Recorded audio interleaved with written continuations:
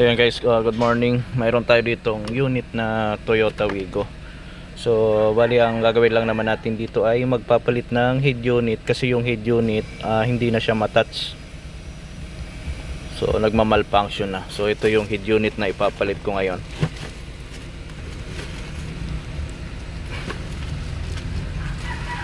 Yan. So yan. So gagawin ko muna to, papalitan ko muna tong head unit na to.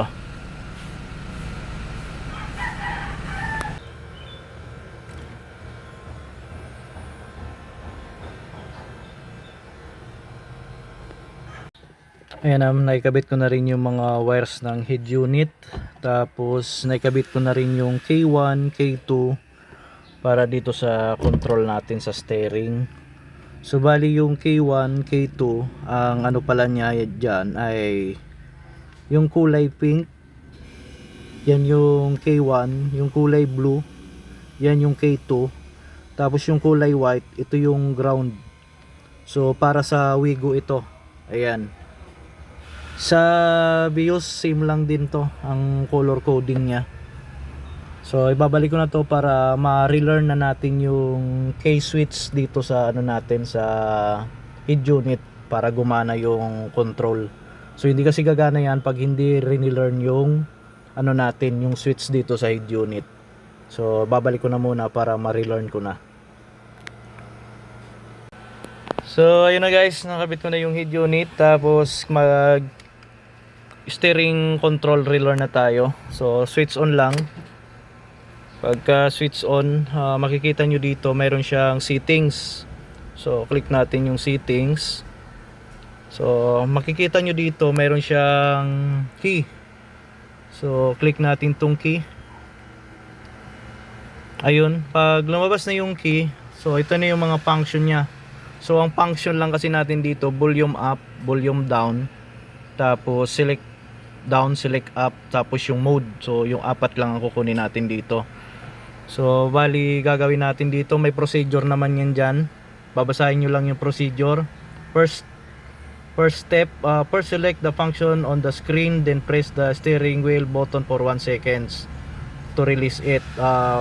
Pangalawa, press and release the steering wheel button for 1 second and then select function on the screen. So bago natin magawa yan, kailangan natin muna i-click yung start learn. So click start learn. So click natin. Steering wheel panel button learning must clear the last record whether to continue. So wala pa naman tayong na-enter na program dito sa head unit. So i-okay lang natin yan. Tapos ang unahin natin yung volume up. So click natin tong volume up. So press lang natin to. So press ng 1 seconds. So okay na yan. Tapos ang sinasabi niya dito, learning is successful, please select the next button to start. So yung volume down naman natin i-select. So volume down. So press uli natin dito for 1 seconds. So successful na uli yung ano natin, learning. So punta na tayo dito sa mode. So select mode. So 1 seconds uli, press ng 1 seconds. So okay na. Successful learning na uli siya. Tapos yung select down naman tayo, select natin to, press uli ng 1 seconds, paulit-ulit lang yung gagawin natin. So okay na uli, learn na uli siya, successful learning na uli siya.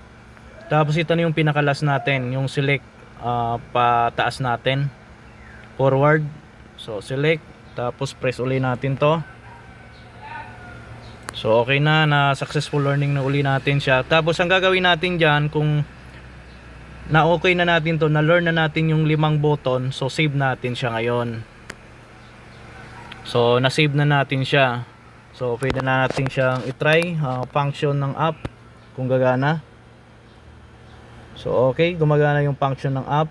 So function ng down, volume, okay din, gumagana. Yung sa backward natin, so kailangan nating ano yan, magpatugtog siguro tayo kahit ilang seconds lang. Tapos yung mode natin, pindutin natin yung mode. So okay yung mode. So ayan, mayroon tayong sounds. Try natin up volume, volume down, forward. So nag forward tayo. Okay na. So ganun lang yung ano natin pag re-relearn ng steering wheel control natin. So balik natin sa mode to. So ayun. So okay na, job done na tayo dito sa head unit na in-install natin. Toyota Wigo.